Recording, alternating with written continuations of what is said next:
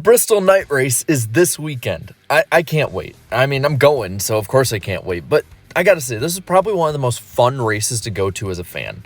And if you're a diehard fan of NASCAR, put it on your bucket list because it is one of the greatest shows to ever go to. But how did this race get to this status? How did a small track wedged in the mountains of the Tennessee-Virginia border get to this point? But most intriguingly, how did this track come back from being very poorly viewed by a lot of the fan base at one time to now being a fan favorite once again? Well, to start, we have to go back to the early 1960s to look at when the track was built.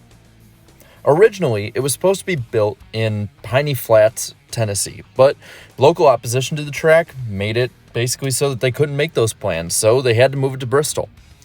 And it was built into a perfectly half mile with 22-degree banking, and this will be the dimensions of Bristol International Speedway. This was the name originally given to it. This is what I'm going to call the opening phase of the track, which was from 1961 to 1969. This stage ended and was replaced by what I will call the pre-Golden Age.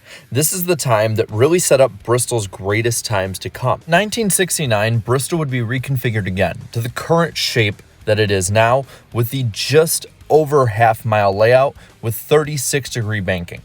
The surface of the track was still asphalt at this time though, a surface that would be remaining on the track until 1992 when they finally went to the famous concrete surface. Over this time, from the track's founding all the way to 1996, they had grown the seating capacity from 18,000 to 71,000.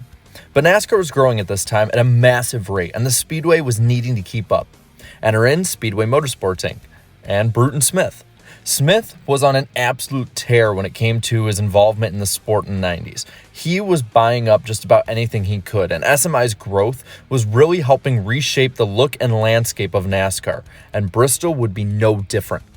After buying the track, the pre-Golden Age would end for Bristol in a thriller between Terry Labonte and Dale Earnhardt.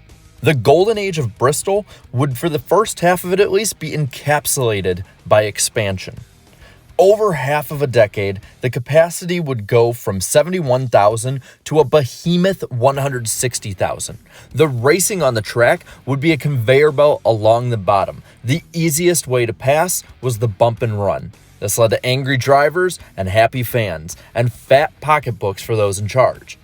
This also gave rise to some of Bristol's greatest moments. Coming to the white flag, there's a leader change, and Labonte takes the lead. And meanwhile, Ricky Rudd trying to... Oh, and Earnhardt spins him out. Oh, man.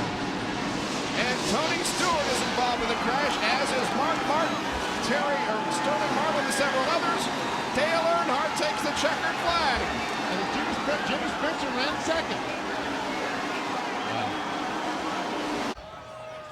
Terry got into me in the middle of 3 and 4, and I was going to get back to him and just rattle him. I wasn't going to wreck him, but I got to him and he turned him around. So didn't mean to really turn around, meant to rattle his cage over. And this traffic is going to play a big role right now. Ooh, Rusty didn't get off a 2 at all that time. Here comes Gordon, right up against the back bumper.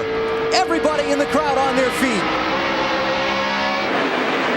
And as I said, to go. the slow of the traffic, I think, caused that right there.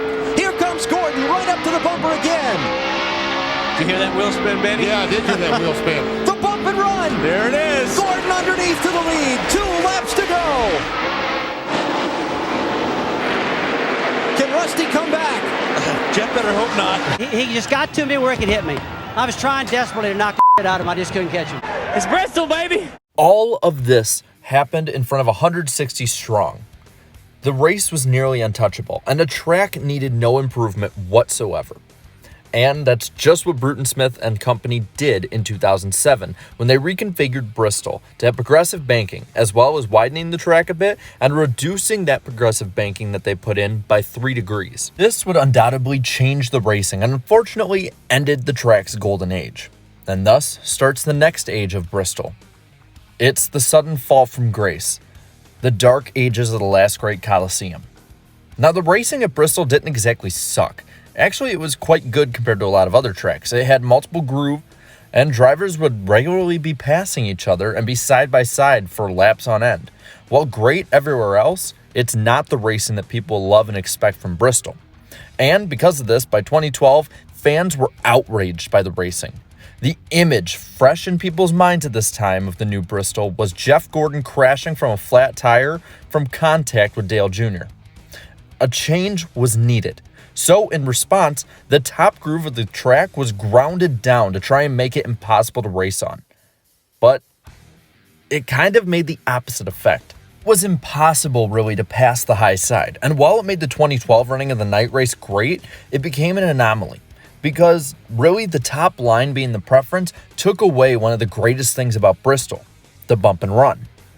Between this and diminishing attendance, this time was definitely the dark ages, especially for the famous night race. Attendance was going down, and it was caused for a number of reasons. The economic recession didn't help. Obviously, it was a factor. It diminished the spending that NASCAR fans would have.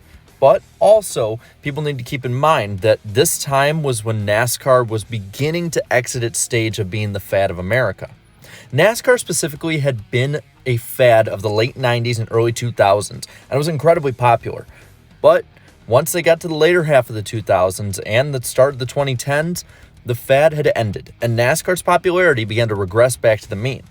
This also emphasized the overbuilding that SMI and Bristol did with the grandstands.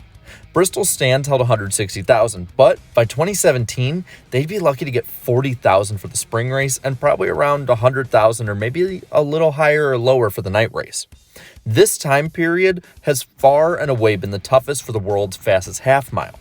So, how did it start to come back? How did it have a renaissance? How has Bristol revitalized itself? The key start was actually in 2016. With the PJ1 track sealer. While it's really unpopular with fans right now in most places, this track has to be the exception. The PJ1 makes the bottom line dominant, and it's exactly what the fans wanted, old Bristol. But it comes with a twist. The sealant gets worn out throughout the race, meaning that it isn't as dominant later on in the event. And this offers for the race to have comers and goers, while still having both versions of Bristol that all fans can like. The racing on its own is the best that it's been since NASCAR's heyday. With this being the case, it basically has made the Bristol races a ton more exciting.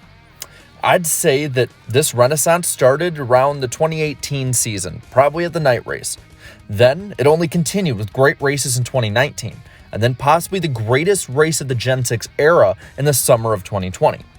This, in large part, has been pushed ahead by the drivers themselves. Drivers nowadays really kind of tend to drive more aggressively at Bristol earlier in the races compared to the golden age of Bristol.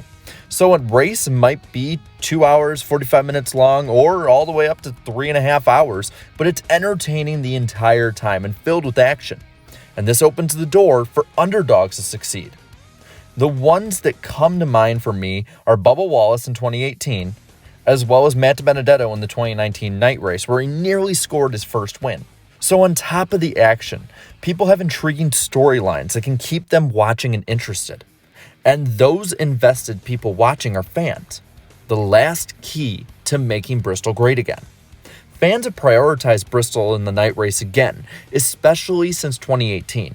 The attendance at last year's night race looked to be one of the biggest crowds at NASCAR races, probably in years. And this is because both the fans coming back to the race for the great racing and their ability to spend more on it thanks to the expanding economy. But even without said economy, they were almost immediately sold out of tickets for the 30,000 allotted ones that were available to the public for this year's night race. Regardless, this race once again is one of the most sought-after tickets on the schedule. And while there still are problems with the spring race that need to be fixed, it looks like Bristol is being made great again. But I'm only one person giving my opinion. I want to hear what you have to think. What do you think about Bristol coming back? Is it or is it not? Let me know down in the comments below.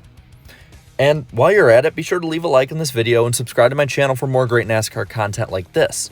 And until next time, have a good one.